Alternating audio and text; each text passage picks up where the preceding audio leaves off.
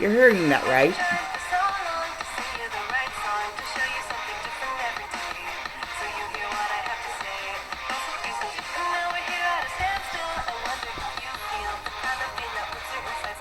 Lala and Konoha.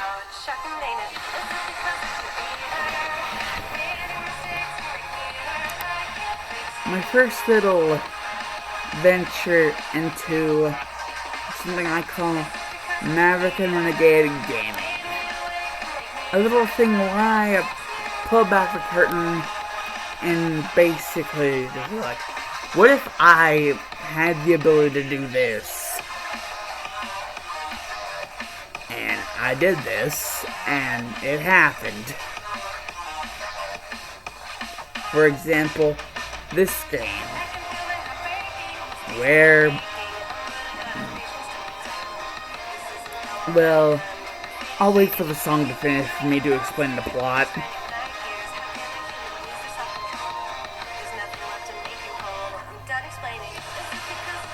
Though the song should give you a good idea on what I'm going for here.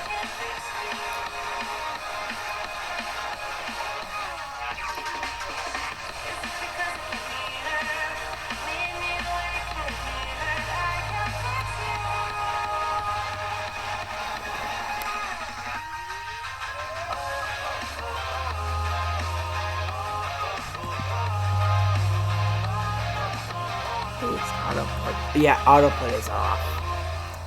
Thank God.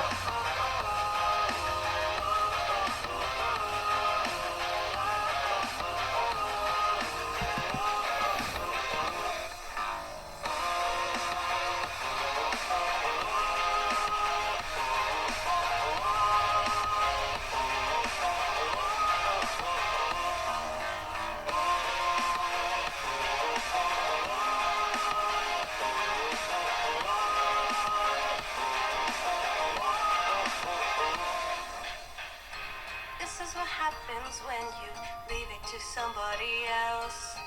If you want it done right, you should just do it yourself. You oversaturate your world with nothing but machines. You might make everyone happy, but you're dead inside just like me. And now we're here at standstill. I wonder if you feel the kind of pain that rips your insides out.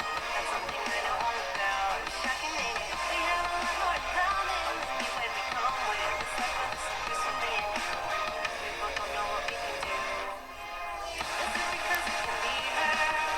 Making mistakes will make me hurt. I can't fix you.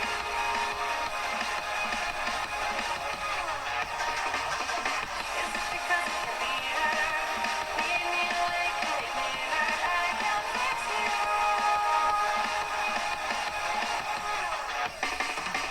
This is because it can be hurt. Making mistakes will make me hurt. I can't fix you.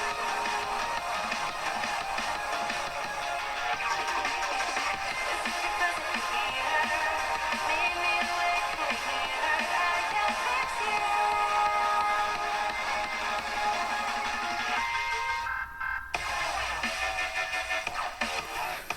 The dubstep.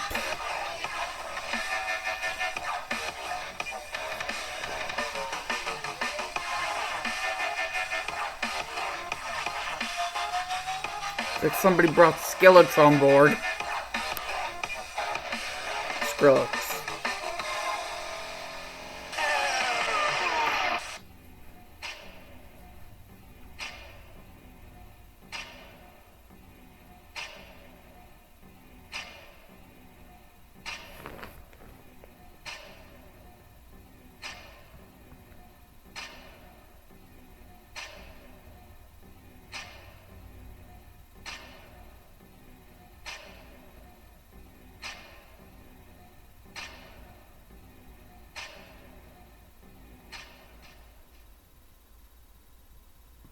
Okay, that was freaking weird.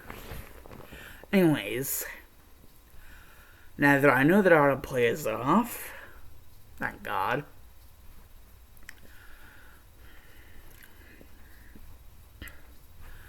And you guys just wait. What the fuck? Training videos because people who use it say things like this. Crystal said on G2, I've saved so much time on my latest course and even have a few days to spare. Fuck Enjoy this. the time off, Crystal. Now we're good. Damn ads.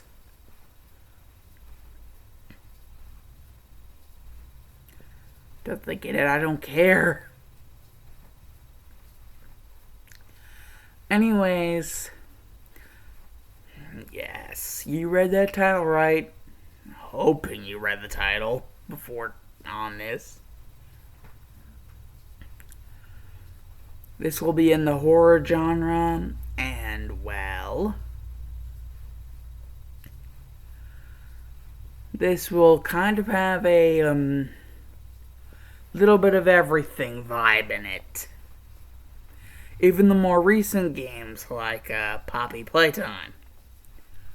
Or at least Poppy Playtime Chapter 1. Because beyond things like the prototype and Catnap, I know nothing about anything beyond Chapter 1.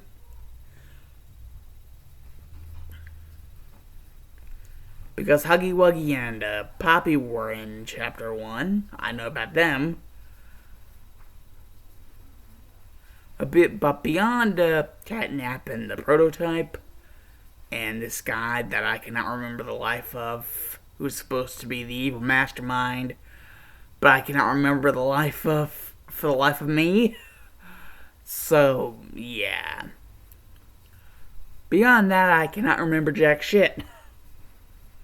Except for, like, things like Playtime Co., The Day of Joy, they're supposed to be important. Oh, and also the grab pack. The grab pack is fucking awesome.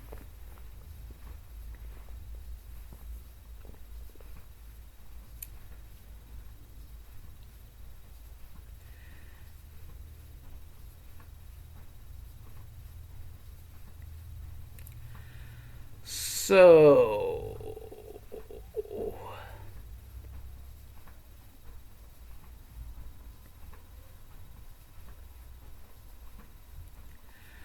yeah. This game, Lala and Konoha, yeah, you're gonna realize I just mentioned what I just mentioned in the last part of the title, Lala and Konoha. And the first thing there, Lala, is our titular character. Sure, there may be other characters in later chapters, you know, other, like, main villains for the chapter. Like, main chapter villains.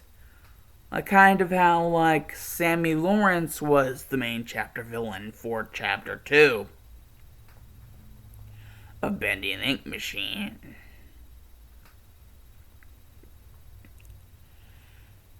And Catnap had it, like, I think Catnap had this thing in, like, part 3 of Poppy Playtime. Did he? I don't fucking know. I'm just grasping at straws at this point.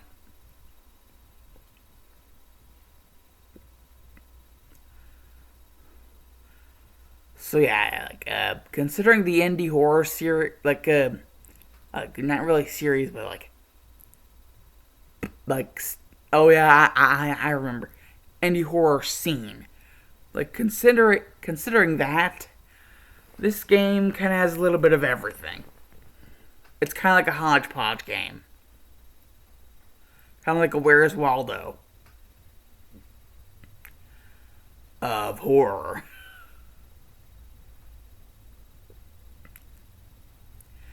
But yet it also, amongst the hodgepodge, it also manages to keep its own identity. And one of the main reasons for that is, well, the titular character of Lala. And how exactly Lala comes to be.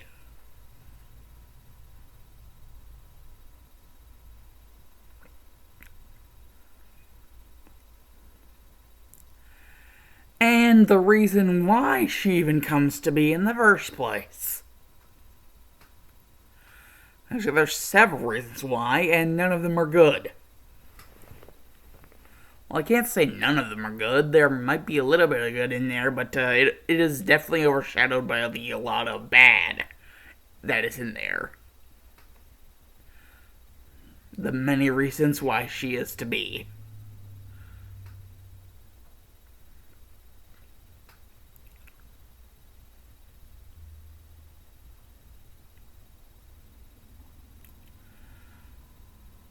Well, we would definitely start out with this game,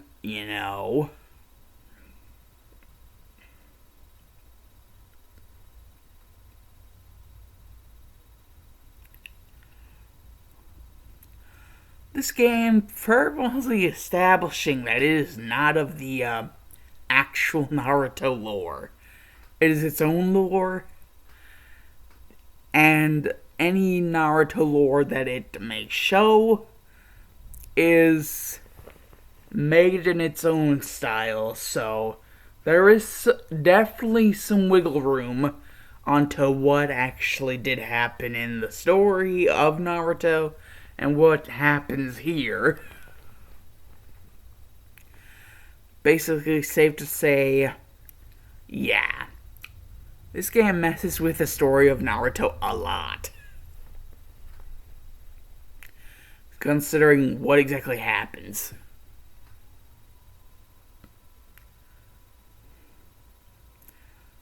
Like past, present, future events. And mind you, this is just chapter 1. I just have to establish, let you guys know that this is no ordinary shit. This is gonna be some crazy shit. Starting with the fact that this is actually a 2-thing game, like 2 different characters are going on this journey. This is not a 1-character journey. This is 2-character journey. You might think that there is some sort of solace in the fact that there are 2 people that they could comfort each other. But it's kind of hard to do that whenever you're being chased by, oh my god, every time you look around the corner. And it's even dangerous to not look around the corner because, God, what will come after you then? So yeah, definitely, you would think that having 2 people, like, a person with you in this place of madness that you've just found yourself in.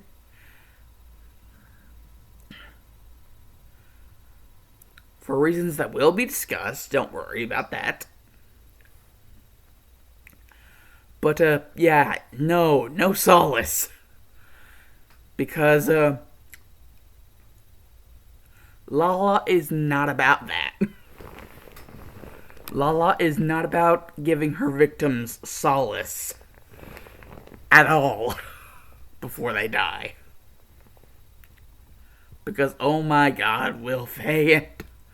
Like, regardless of what type of ending you get, there's a sequel in planning, and in order for it to even be, there, in order for it to even happen, things are going to have to happen that are going to jeopardize the survival of Sasuke and Sakura, who are the main 2 players in the game.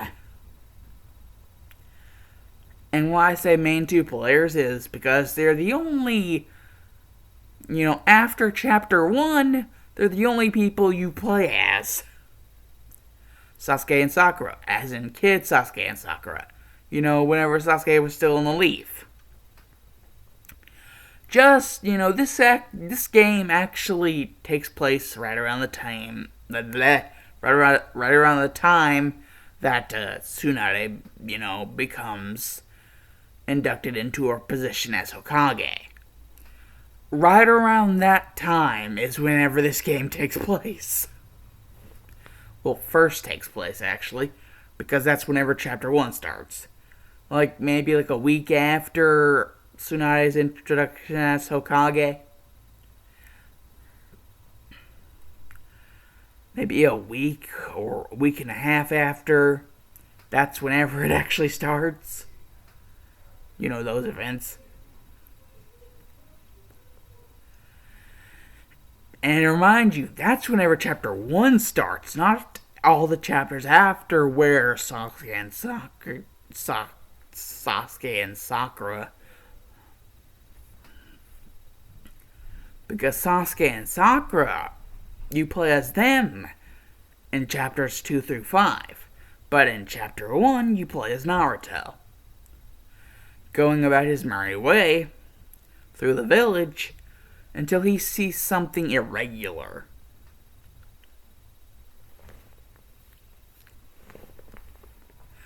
Something to note is that Naruto did not come prepared for a fight, so he has no shuriken, no kunai, just his fists.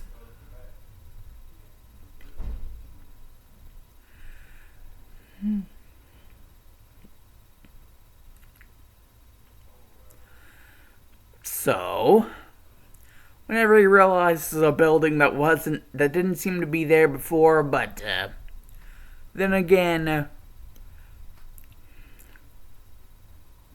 the people of Konoha, or maybe it was just because of the Konoha crush that this was unearthed. Yeah, a lot of like fallen trees and residue must have been clouding his judgment, because now all of a sudden, where there wasn't, there is.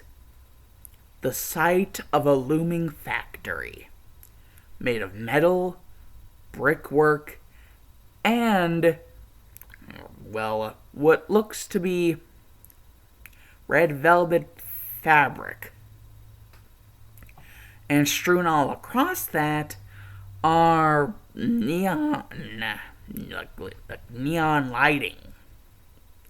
Strewn all across that. With a door,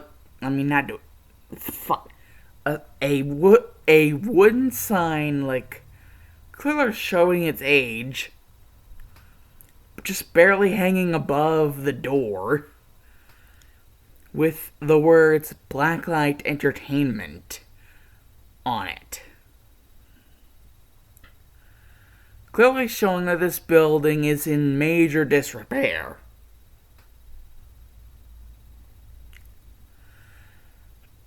This piquing Naruto's curiosity, while also freaking him out, he still decides to go in, which will probably be the biggest mistake of his damn life. Because, as he's looking through, barely able to see anything in the damn pitch black darkness,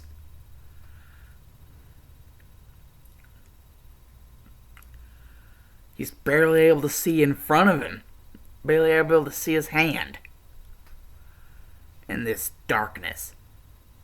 Though what he can see, strewn about wires, and, sparks flying, barely able to illuminate anything. And the sparks barely fly at all, they're just, limp and up and down, randomly. Just no real consistency, just random. However, against the walls lay several what looks to be animatronic doll-like beings in several states of assembly and disrepair. Some of them are in states of assembly, some of them are in states of disrepair. And there seems to be no rhyme or rhythm to how they are plopped against or stepped up against the walls. Because that seems to be the only place where they're at. Just around the walls. Like decoration. That should not be there. That is until Naruto gets to thinking, could he be in somewhere he's not supposed to be? That is then where he sees a sign above the door. A door after the one that he just went through. Into another room. This sign says... Well, basically it just verifies Naruto's statement that he isn't somewhere where he should not be. This sign verifies the fact that this place is Blacklight Entertainment basically uses animatronics to put on a children's TV show. Yeah, these things that are in either states of assembly or states of disrepair, aligned along the walls, they're animatronics. All sorts of different animatronics. Not one kind specific. They're all different in one way or another.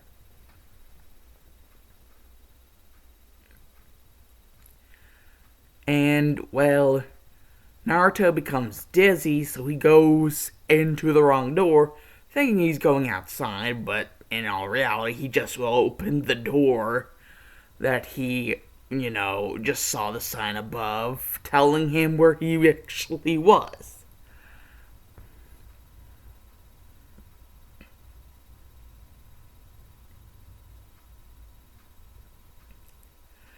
Because the sign said, assembly room.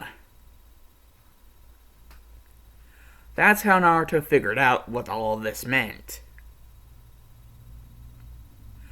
Plus, there's actually several drawings around the sign that indicate what assembly they're actually doing.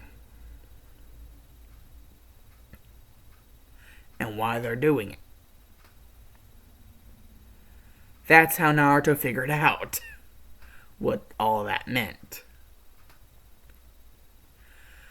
And, well, exactly whenever Naruto notices that he went through the wrong door, he turns around to try to leave whenever he's stopped by somebody who wasn't there whenever he was there.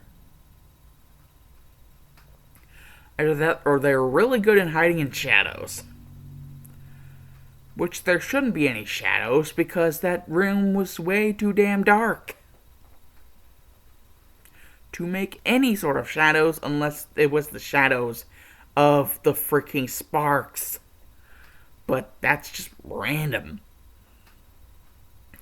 Way too damn random to make any freaking sense. This person wearing a freaking... He's bald. He has glasses. He's wearing a freaking lab coat over a turtleneck. Like he's freaking Mr. Rogers. And you got like freaking slacks. Like khaki slacks, whatever they're called.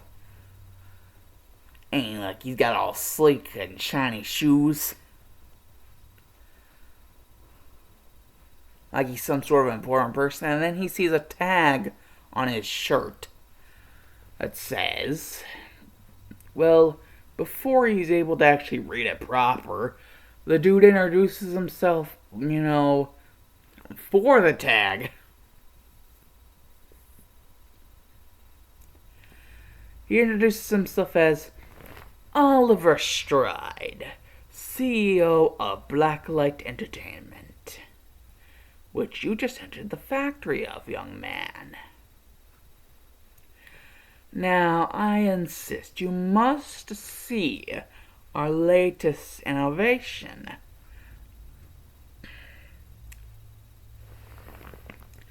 You must see. It is to die for. And with the smile this guy has on, Naruto is about to reject, but this guy's grip is legendary. Not really giving him an option.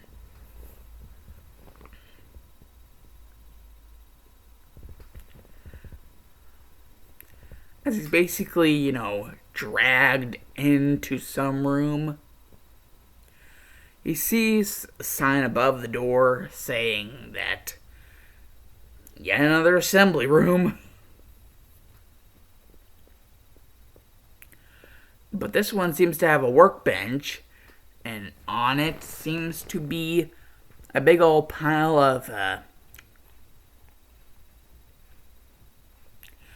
just a big old amalgam of endoskeletons or endoskeleton parts. And Oliver just decides to introduce Naruto to Scratch, saying that pile over there is Scratch, their newest innovation. Blacklight Entertainment's newest innovation, Scratch. And Naruto is confused until automatically this thing assembles itself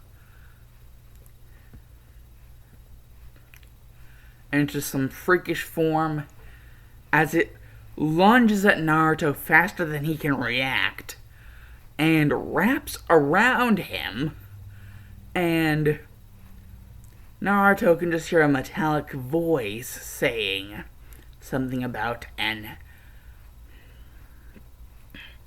automated scooper.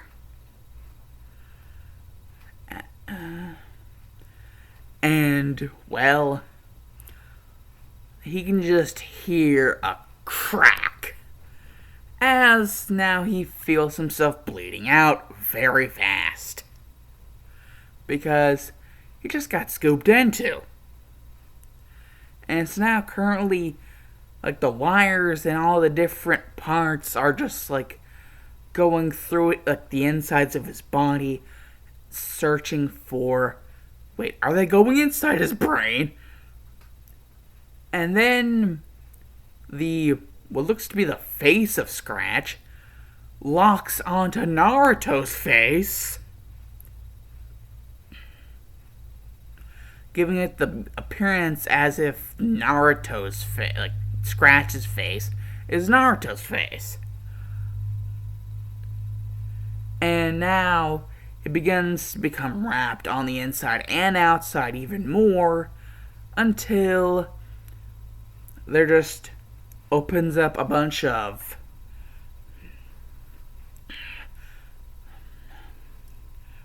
pronged joints that when they open up, a weird substance comes out and becomes,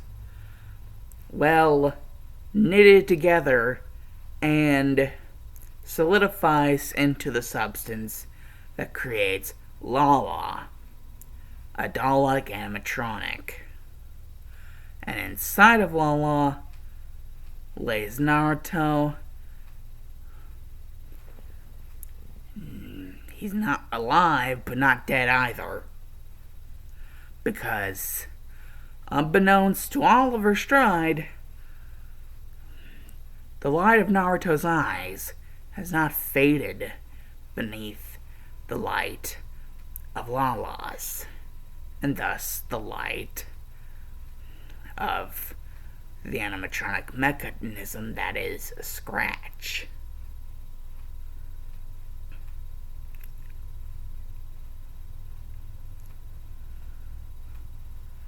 Oliver thought Naruto to be dead in order for Lala to even exist, as a, real life toy animatronic. She walks, she talks, she's Lala in Konoha, That's literally the tagline. She walks, she talks, she's Lala and Konoha. Well, the tagline for the company, not the tagline for the game.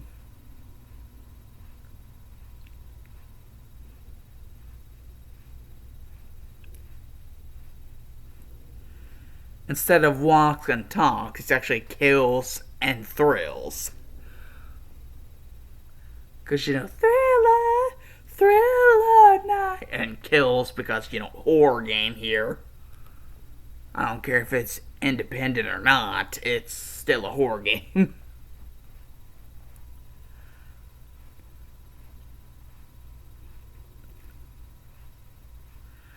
And, well, just the fact that the light of Naruto's eyes is alive behind the light of, the light of Naruto's eyes is still around beneath.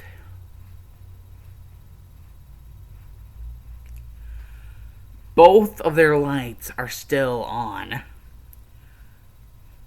And that is cause for what is to be known as the last day of work.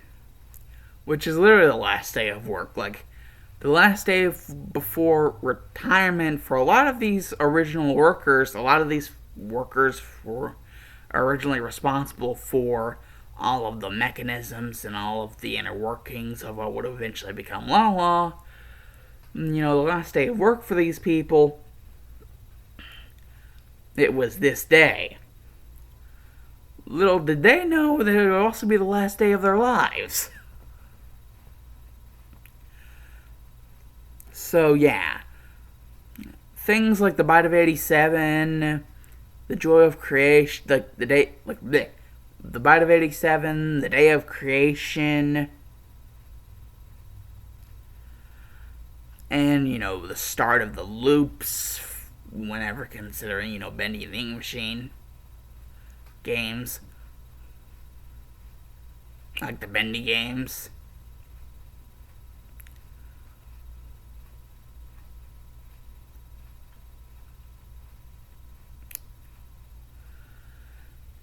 But for this, it's called the last day of work because a lot of the people who were responsible for even the idea of Lala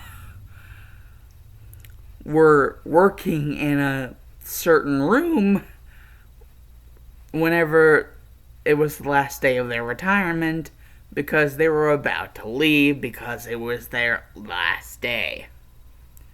And they just so happened to be about to leave, but you know what?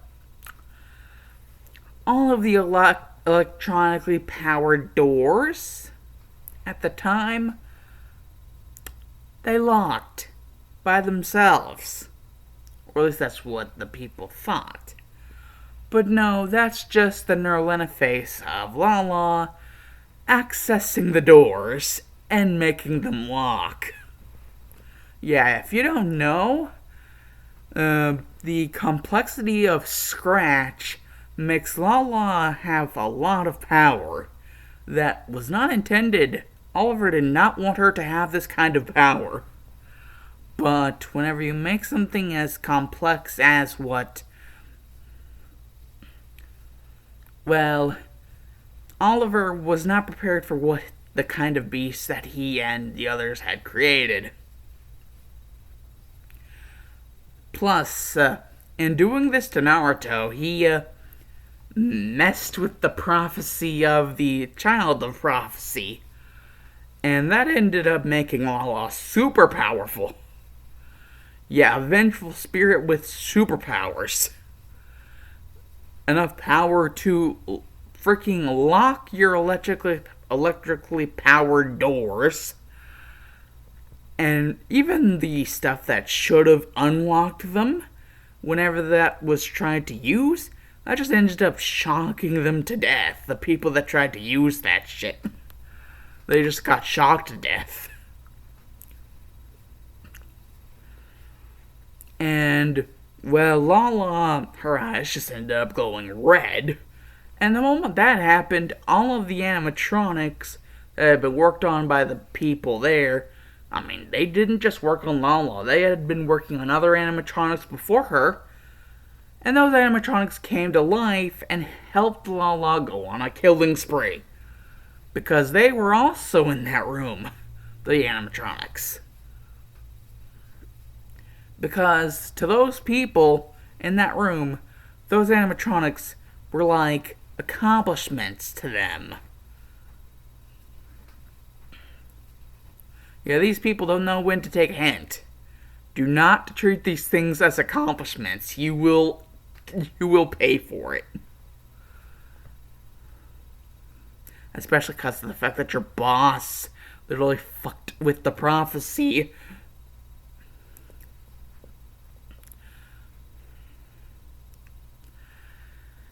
Yeah, Lala just basically had everybody all of the animatronics just go to a singularity, a little prompt. That prompt being murder everyone. Yeah, and that's why it's called the last day of work. Because everyone died. They were killed by their own creations. And if you don't believe me, Oliver was killed by Lala. Yeah, literally. Murdered by his own creation. Seeing as he seems to take most of the credit for everybody else's work alongside his. Like, he even took credit for other people's work as they also helped him work on Lala.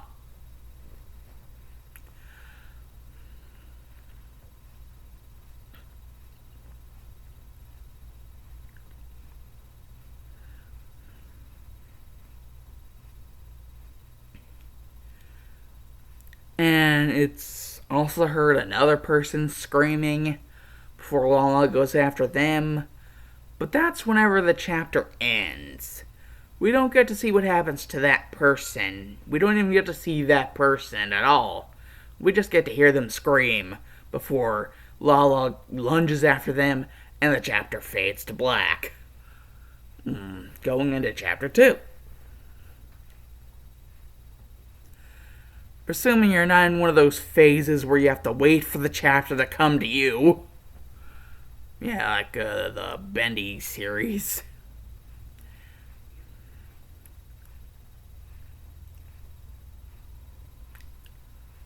You know, the waiting game of chapters 1, 2, through 5. Yeah.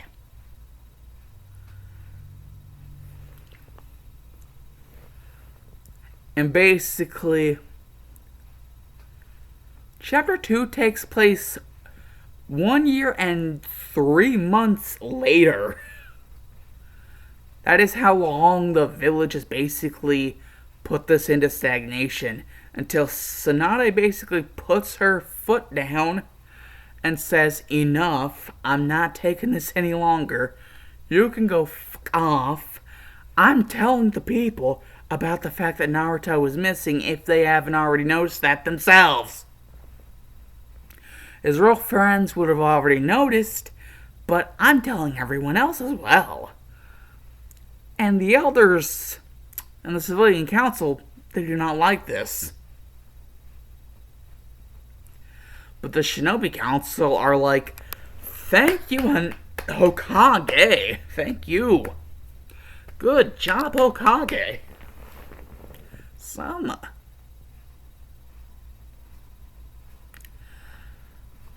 And so, yeah, everyone else of the Rookie 9, and even, like, the Sand siblings of Suna, since, you know, Suna is allies with the Leaf.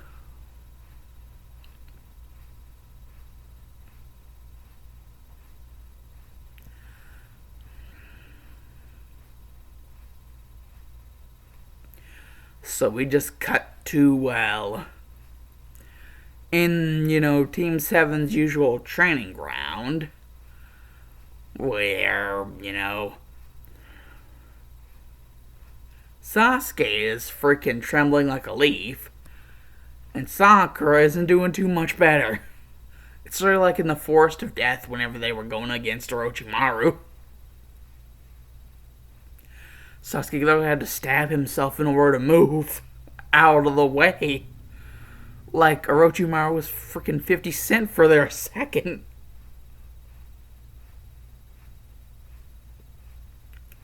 Like, move, bitch. Get out the way of my giant snake. And I'm not talking about the one in my pants.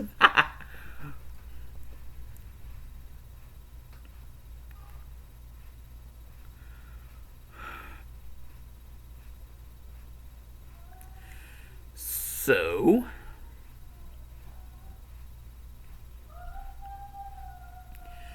basically, Sasuke just is like over it. And he's like, Sakura, I don't know about you, but I'm going to save Naruto. And Sakura, seeing as, like, she knows from everything that has been spread, all of the bad publicity that has been spread, you know, the civilian council trying to dig up dirt on this place where Naruto had eventually gone missing. I mean, they figured that since no other place was scoured at, it must be this place. So they dug up as much dirt as they could on that place and just threw it out to the masses for everyone to know about. So the civilian council thinking that this would stop people from looking for Naruto. And so Sakura, having been one of the people to hear about all the bad publicity, all the bad news, all the dirt that, you know, was brought out by the civilian council, Sakura decides she ain't not letting Sasuke go alone. And that is why it's a two-player. Well, not really two-player as in you can play with your friends. Well, you could try using like a code in order to do that, but normally like it's just a game where you can like switch in between Sasuke or Sakura. Like, if something seems hard to do with Sasuke, you could do it with Sakura. Or if something seems hard to do with Sakura, you can do it as Sasuke. Like switching in or out of either character in order to help progress in the game.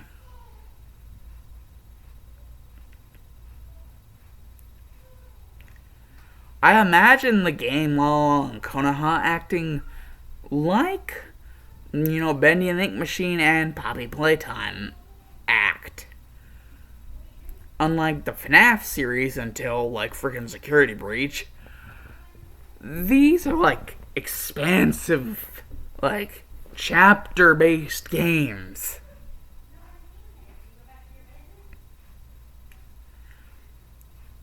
That have a lot of story to them, are very lore expansive in order to figure out the mystery.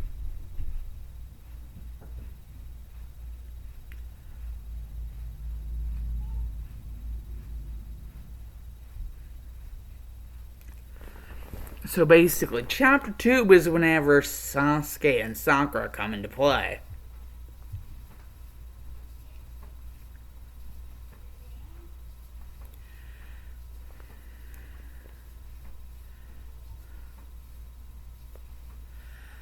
And whenever Sasuke and Sakura finally decide to go through and enter, Lala will be in the door that Naruto went through, seeing as he couldn't see jack shit before.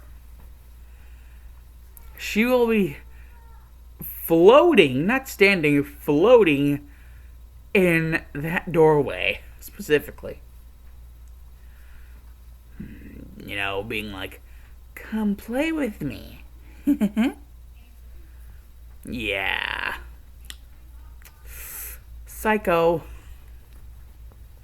But considering what Naruto went through in Chapter 1, I wouldn't blame him.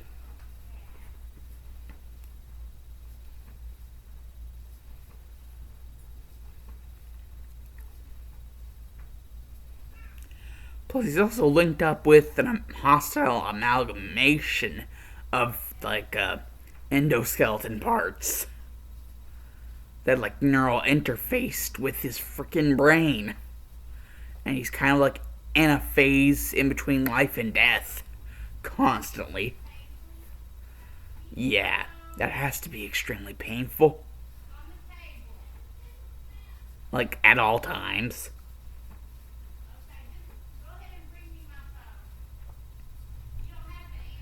Hey, Amanda!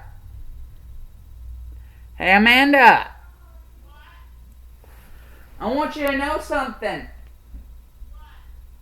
You know what I did earlier today? 20 leg lifts on both legs and 20 sitting stands.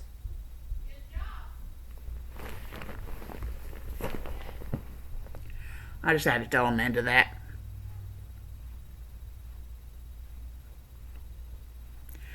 Anyways, basically, yeah, she'd just be floating in the door frame.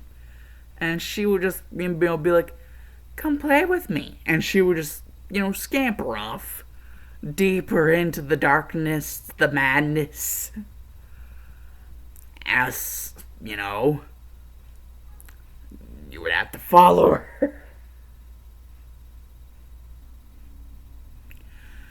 Until you get to this room called Assembly Room 1. Because then Lala would pull a 180. Or at least she would slowly start to do that. As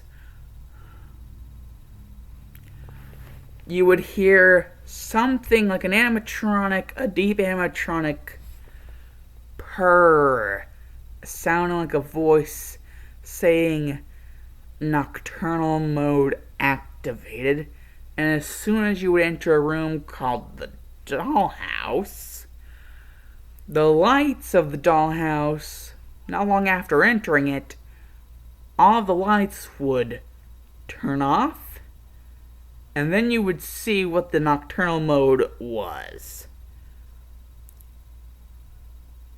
Lala would be hunched over like how Huggy Wuggy was in Chapter 1, the end of Chapter 1, as he was chasing you in the air vents, would be hunched over like that, and her eyes would be glowing white.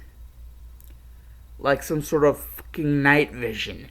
Yeah, there would be kind of like this surrounding the white glow. There would be like a slight tinge of a green glow around that. Like as some sort of like night vision. So yeah, nocturnal mode is basically her accessing night vision while also becoming more predatorial. Like a predatory state. While also have access to night vision. Yeah, that's what nocturnal mode is. And the moment she accesses it, she slowly starts to get on the prowl, and the moment that you enter the actual real dollhouse is whenever she actually enters Chase. And by God, you do not want to be Sakura whenever the chase starts. Because Sakura is the slower of the two. Making it hell for anyone playing, if they were to actually play this. Because Lala is ferocious, and she does not let up while you're in the dollhouse, until you see, like, at the end of the dollhouse, or at least what looks like the end of the dollhouse, above it, an air vent. And so basically, you and whoever is, like, the AI of Sakura, would both have to go up inside the air vent and lock, like, with, like, the ventilation little vent thing, like, slide it, like, in place, and lock it in place, just so that Lala doesn't go up with you.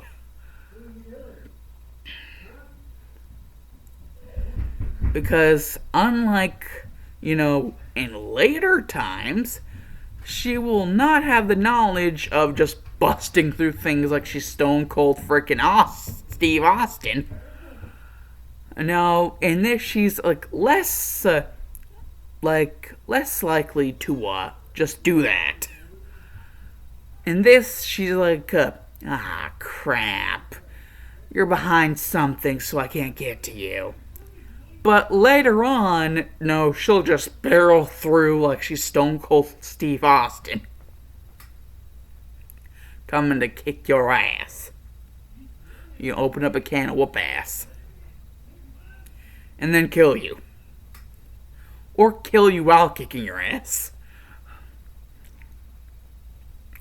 Yeah, guys, you have to realize something. Lala is a fucking monster. A literal wolf in sheep's clothing. I mean, she has the appearance of, a little toy girl, animatronic girl. But in all reality, she is a monster. Just waiting to kill you. Whenever your guard's at its lowest.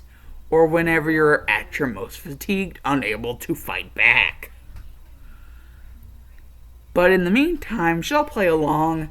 She likes it whenever her prey run from her. The predator. Yeah, she considers herself the predator and you the prey.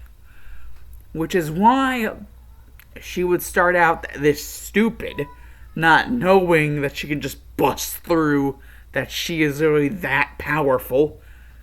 She really doesn't know the extent of her powers, cause it's been so long since she's had to use them again. It's been literally a year and 3 months since she's had to use that extent of her powers in order to bust through a vent that's been sealed. So, literally, she would not know that she could just bust through that. So, for the time being, you would kind of have the illusion of safety. As until we go into Chapter 3. And we meet that chapter's villain alongside of Lala. Because while running away from Lala and just getting out of the dollhouse altogether, you can still hear her laughing. And even whenever you get into the next room, which is the music room, and then into the freaking... Well, the music room is where a TV, a VCR, and a tape is. The tape being titled Rachel Number 1. This basically telling Sasuke and Sakura about the last day of work and what happened that day. Or at least, most of what happened. Not all, but most of. Which is why Sasuke and Sakura decide that they need to find more information before they try any instance of leaving. They need to have everyone in the village know about this. That this is what happened. Though what the tape does tell them is that Naruto is dead, but also alive. And he's dead and alive inside of Lala. That he is Lala. Lala and Naruto are still in the same. One and the same. And so, as Sasuke and Sakura would exit the music room into the second assembly room, that's whenever... Well, they would see the second assembly room off in the distance. But where they would end up is actually the sound test room, where they would meet the integral villain to this chapter. Chapter 3. Chapter 3's villain being Catrail. Yes, Catrail. Catrail. This dude literally has rails and conveyor belts all around his body. He is a huge cat toy animatronic. And whenever I say huge, I say you can literally ride on him. And literally, like, Sakura and Sasuke ask, are you, like, friend or foe? And the dude is like, he's all chill, and he's like, yeah, I'm like, let's be friends and all that shit. Like, he's like really chill. At first, but, like,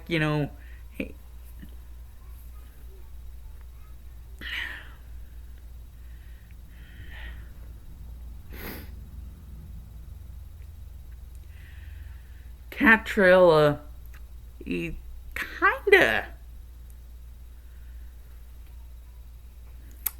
has a bad side. And you guys figure that out whenever, just boom, like bursting through the door, Lala, limbs flailing everywhere, and, head flailing everywhere, just trying to look for you guys. And whenever you look at Catrail to see what's going on, Catrail literally is looking at you with a devilish smile and is like, don't you know, Lala never forgets. And then he would just race you into the the freaking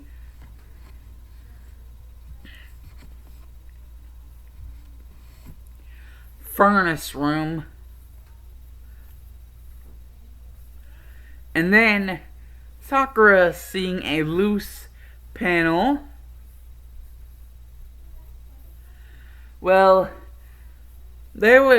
Sakura would kind of just, either Sasuke or Sakura would kind of just, shove themselves to one side, kind of, moving the momentum so that they fall off of Catrail as he touches the loose floor panel, with his feet, as he's just racing there, and he just ends up falling through the floor, and ends up in, the freaking furnace.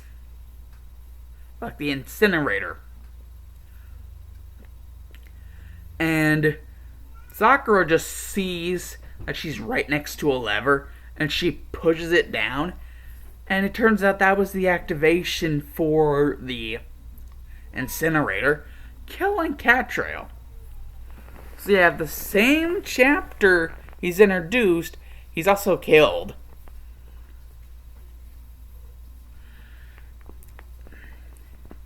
And, well, Sasuke and Sakura are reminded they cannot stop running because they hear more giggling. And it seems like it only has gotten closer the more time they spend in one area. So they have to run for the hills as they see a sign that says Assembly Room 2.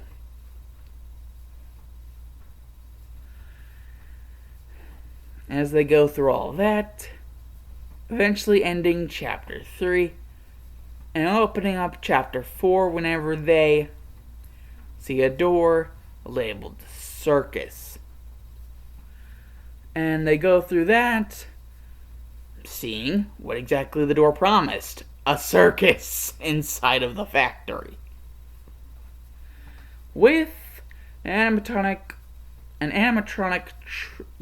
toy,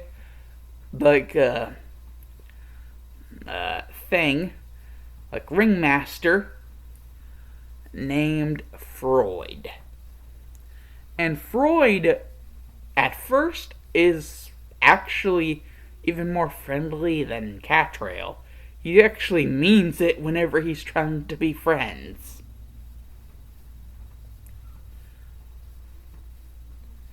But as he is basically taking you, through the big top, because, well, he says the big top is the only way, to get out and to the other side to freedom. Or at least what he knows it to be. Though he likes this place. This is his place. The circus is his place. So he'll let them go to the other side, but, he'll stay here. That's until, halfway through the big top, Lala appears out of nowhere, electrocutes Freud, and this causes Freud to turn against Sasuke and Sakura. And so they have to go midway through the big top, all the way of rest of the big top. Then they have to go through a freaking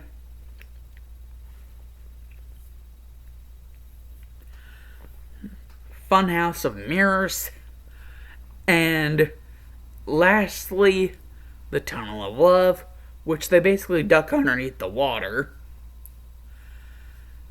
And Freud, trying to follow them, along with Lala, basically gets electrocuted because dude apparently does, and his possessed haze, does not know that kills animatronics. That water does that to animatronics.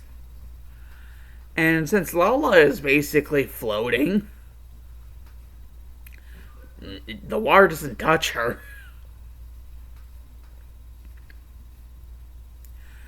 And so basically it's just swim, forced to swim. They just have to swim the rest of the way.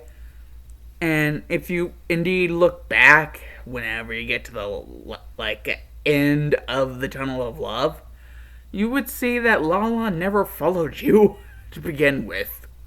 That you were just racing like a maniac for no reason. Other than the fact that Lala's just terrifying to begin with.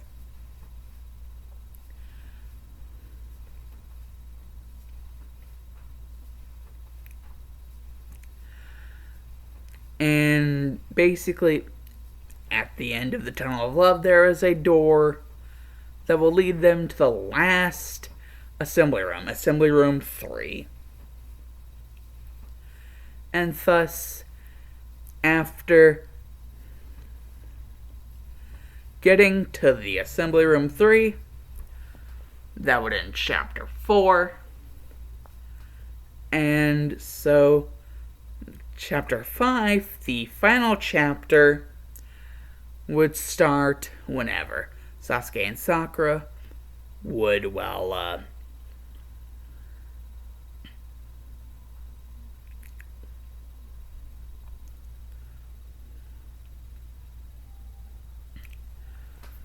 after, basically Assembly Room 3, they would get to a sign above a door that says that it's Oliver Stride's perfect study. And once they get into the perfect study, or basically, Oliver Stride's office, they would see that something is sitting in Oliver's chair. Basically, what would look to be something similar to Lala, but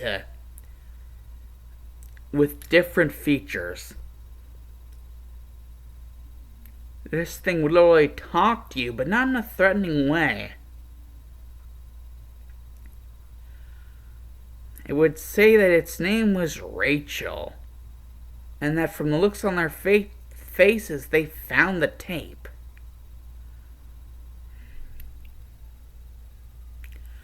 Rachel, or at least the animatronic version of Rachel, would then begin to tell Sasuke and Sakura about basically the fact that at the end of the tape was right before, well, Lala had claimed her second victim that day.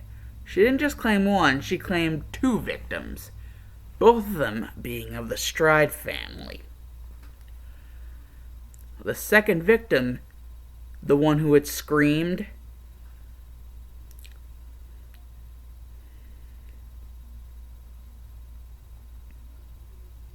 well, if you can connect the name of the tape to the last name of Oliver, Stride, Rachel Stride, Oliver Stride's daughter, who had just that day, become an employee of Blacklight Entertainment. Literally, Oliver giving her own lab coat.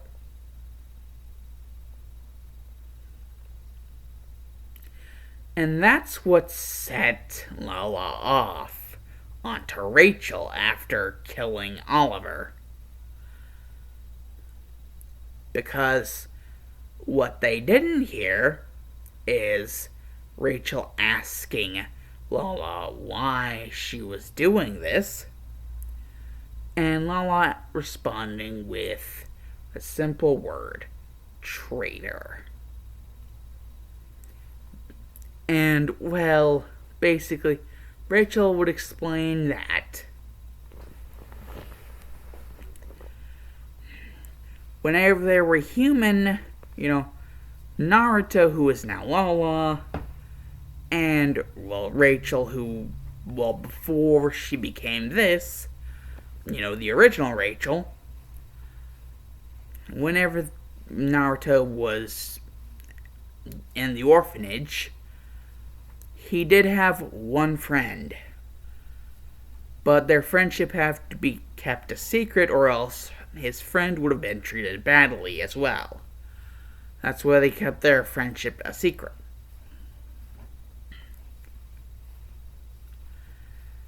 Naruto and Rachel Stride. Naruto Uzumaki and Rachel Stride were best friends for as long as Naruto and Rachel could know that they were best friends with each other. However, during the recent days up to the last day of work, there had been talk about some sort of weapon or crank-like machinery, refer to Purple Guy's little thing that he used to tear apart all of the animatronics in that one mini game, or several mini games actually. Basically a crank-like mechanism machine that can basically be handheld.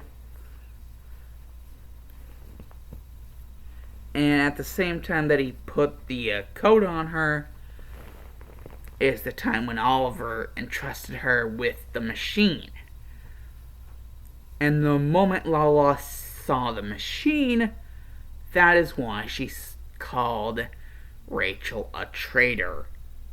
Because that lone machine could disrupt her core programming deep within Scratch. That's connected to the neural interface, connected to Naruto, killing all three, Lala, Scratch, and Naruto. Killing them permanently.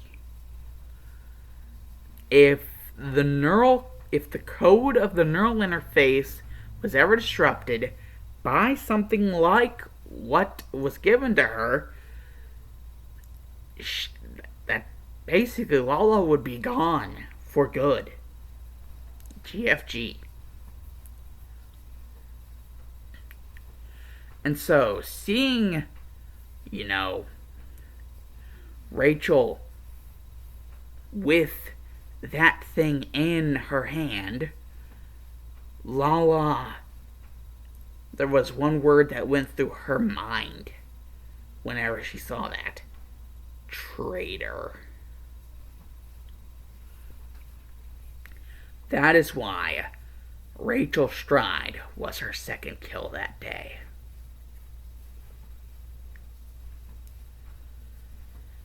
And, well, she only thought it would be poetic justice, poetic irony, if she, well, she did remember something about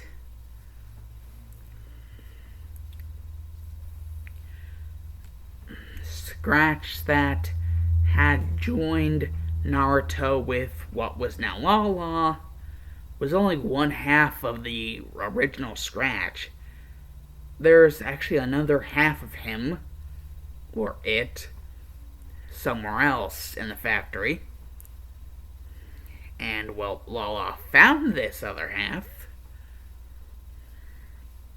And, well, did the same thing with Rachel's dead body, with Scratch, creating the Rachel animatronic that they see with them there right now, telling them this.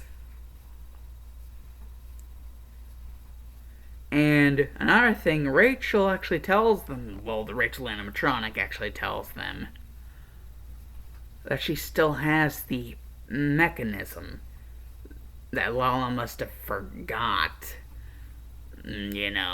to, get it away from her, because she still has it.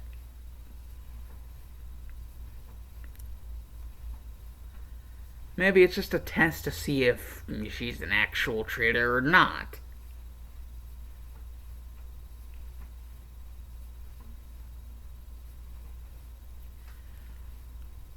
And Lala would basically bust through the door, but not with the crazy freaking look of a rabid animal, but with the look of someone who was terrified. Yelling at Sasuke and Sakura to stay away from her, as in Rachel, and basically just for Rachel to stay away from her, as Lala is terrified of her because of that thing that she has in her hand, and she knows what it could do to her.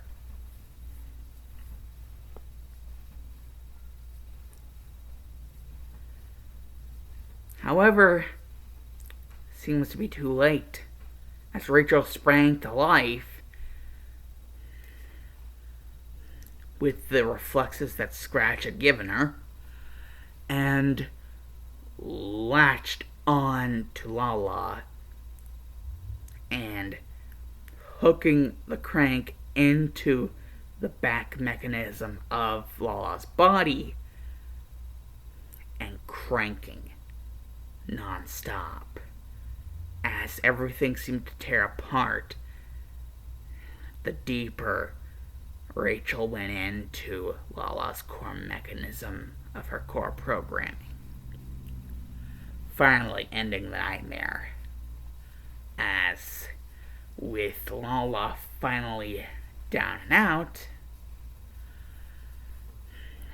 Rachel sees no real reason to continue to haunt the factory of Blacklight Entertainment. And so they both drop to the floor lifeless, in pieces, as Sakura and Sasuke have to do the grotesque task of getting Naruto and Rachel's corpses out of the amateur. Oh god, that's disgusting. But they do it anyways. And they do realize that after this they're going to have to find a doggy bag or something to throw up in. Because it smells terrible. It looks terrible. Oh god. But what's done is done. in order for Tsunade to get everybody to have like a proper burial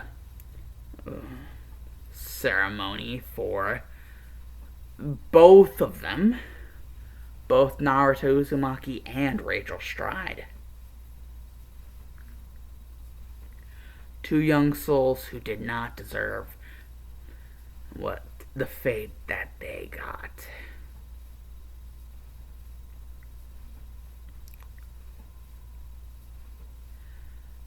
And well, 2 years later, Sakura and Sasuke revisited both Naruto and Rachel's graves to pay respects and put flowers on.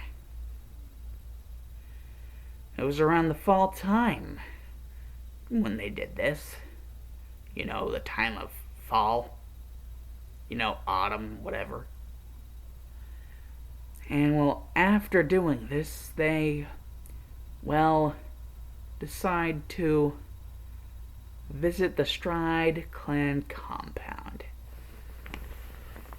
Visiting Penelope Stride, the last living member of the Stride clan.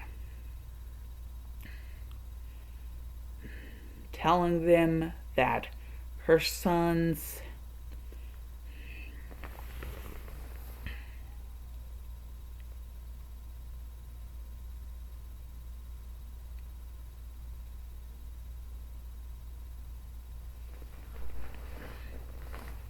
Curtis and Stanley were Catriel and Freud.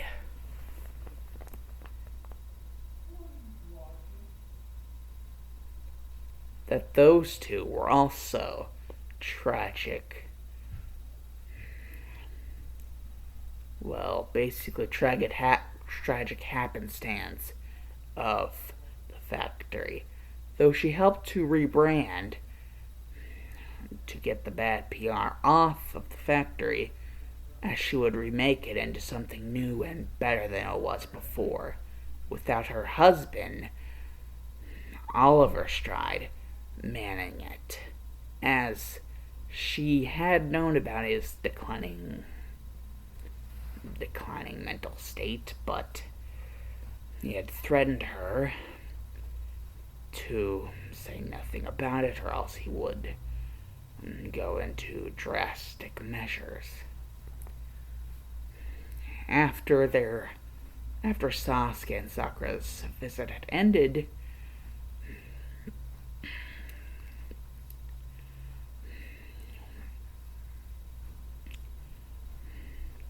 Penelope would go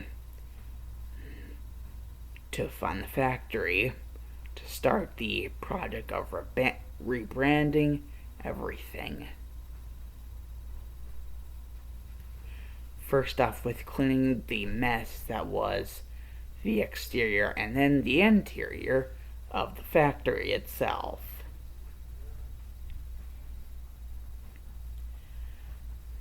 However, looks like someone had other plans, as Penelope would hear giggles from behind her. She would see something as she would bring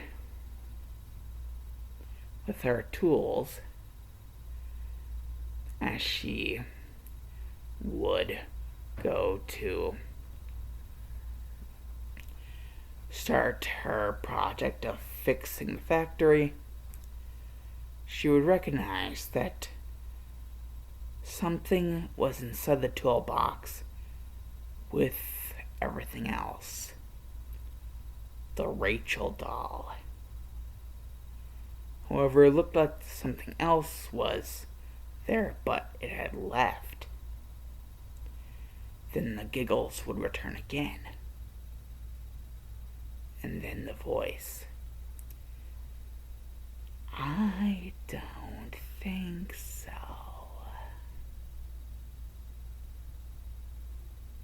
And then, as Penelope would fall down. She would see Rachel get up, even though that would be impossible if the animatronic was really decommissioned. They said it was, then how is it up? She would see another one to her left side. The one who had struck her, had stabbed her, making her fall down. And those white eyes, the white glow of the nocturnal mode, and that ferocious wolf in sheep's clothing. And she would hear, "We're not going to let you in the fun just yet, Penelope. The fun, to the contrary, the fun has only just," and they would both say this, "begun."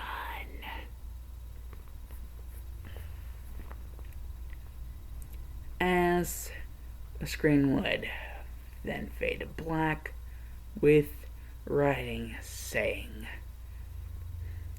"Lala 2 coming soon."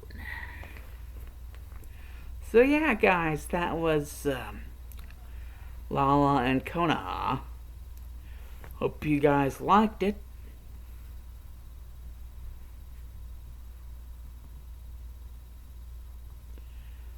Deuces.